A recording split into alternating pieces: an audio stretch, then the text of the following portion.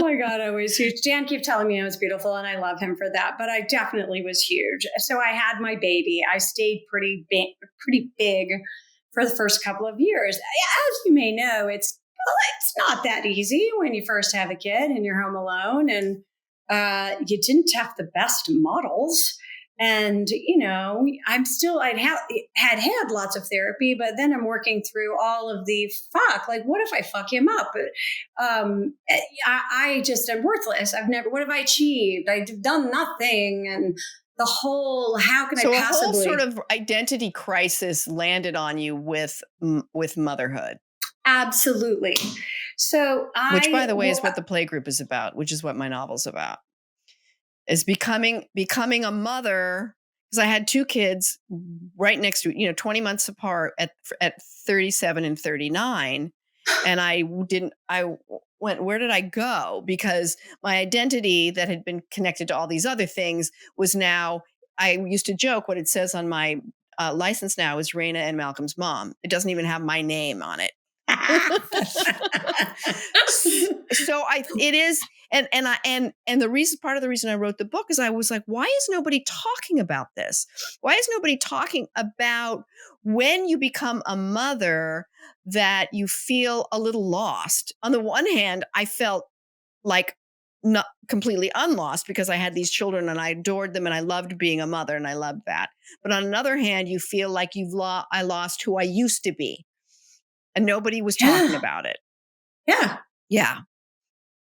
That's exactly right. It's like you don't even have a name. I mean, literally, people just called me Thomas's mom. And I did the same thing to other women, but when I felt visible, I didn't like what I thought people saw, but mostly I felt invisible because I didn't think I was me. I didn't feel like I was me. I felt so inadequate. When I think about how much time of my child's life that I wasted with feelings of that, it does make me feel kind of shitty. But I know he's not damaged from me not like cherishing every second we spend together. But I wish I could be less like, wow, you suck so much, you're probably going to fuck him up. Yeah, that's not a good mantra. Right? Because the problem is that first of all, we're just going to fuck them up. We're going to fuck them up. That's just a given. And I knew that from the beginning because I'm human, and B, being the opposite of my mother is not necessarily the perfect parenting guideline. I'm going to not be her. Right? That is not necessarily like the bar's not high enough. I mean, it's a good start. It is, but you're right. It's sort of, I was really worried about being her and not really focused on what it meant to be me and to, right. There's no manual. Obviously, everyone says that. That's true. But there should be more honest conversation, to your point and to the Playgroup's point. And I did think that a lot. I spent so much time on the fucking playground in Brooklyn. I mean, I didn't like it. Maybe the first time when he was super cute and chunky and I took some fall weather pictures with foliage. But every goddamn day at a city playground, it's not fun. It's just not. Because the thing about mothering is it's all out. It's all giving. It's all an output. And if you somewhere along the line aren't somehow feeding yourself on a heart level, then it's really hard.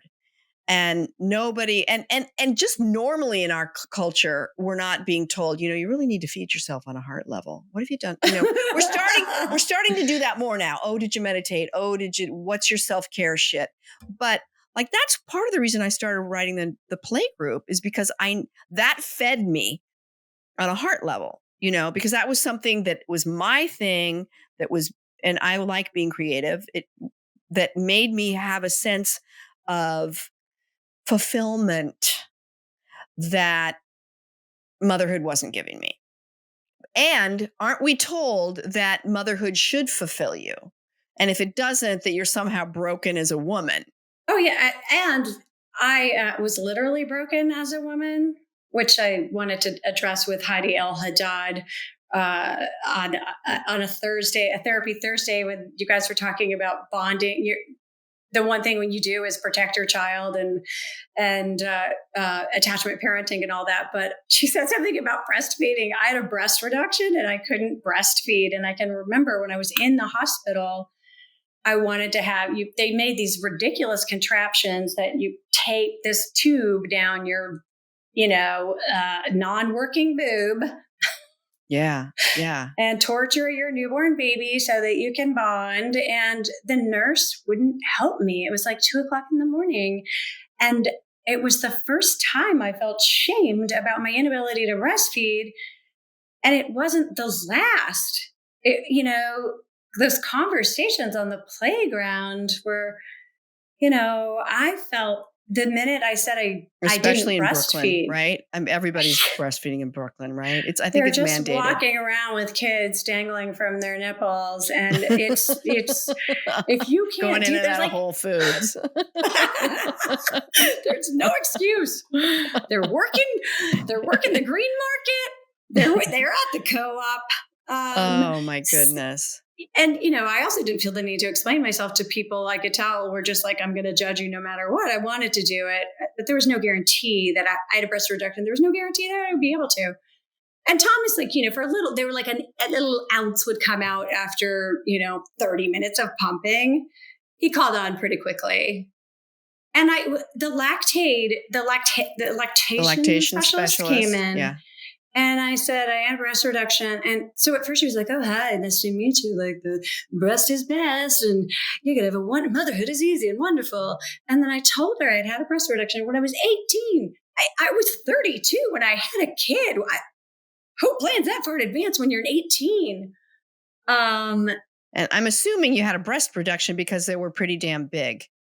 They looked like, when Carol Burnett would put the tennis balls in the sock and they were not good 18-year-old boobs. Yeah. Yeah. They were awful. And I had back pain if my insurance company is listening.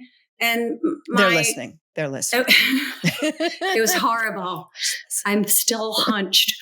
My mom got remarried and my stepdad had good insurance. So it was the best thing that could have happened to me. At the time, I felt so much more confident and better, and I didn't wear giant shirts. And who knew I wouldn't be able to breastfeed at 32? I didn't give a shit when I was 18. So this woman was, you're not thinking her ahead. entire demeanor changed. So I'm not even out of the hospital before 2 women have made me feel like a fucking failure. And so, first of all, I just want to back up because that makes me so mad. When Malcolm was born, we introduced him to a bottle too soon and he couldn't latch on. And so after having nursed Raina for 11 months, I had Malcolm sitting at my breast where breast milk is leaking out of it, sobbing. And he's crying because he won't latch on because his sucking thing is broken, whatever I did the thing with the tubes. I taped tubes to my boobs. I taped them. Because I had a lactation specialist who said to me, if you want to breastfeed this kid, you will. Because I hadn't had the breast reduction. She was like, if you want to do it, she was just loving. There was no judgment. Don't be a fucking lactation specialist if you're going to judge. You know what I mean? Like, fuck I wish you. I hadn't been so out of it. I wish I'd gotten her name. I mean, I don't know what I would have done, but I would have told other mothers. Right. I met a mom at a playgroup or something, and she worked for some website, and I got paid to write a story about my non-functioning mammaries. And I keep forgetting that when people say, have you ever gotten paid? I have one time gotten paid for something. She edited it. And I didn't challenge anything. She sucked my voice out of it, took all the funny parts out of it. It was, but still, like, I should go back and make it funny and write about what that experience was like, because people were bitches. It was just so, what business is it? losing it, losing it, losing it, losing it, losing it, losing it, losing it. If you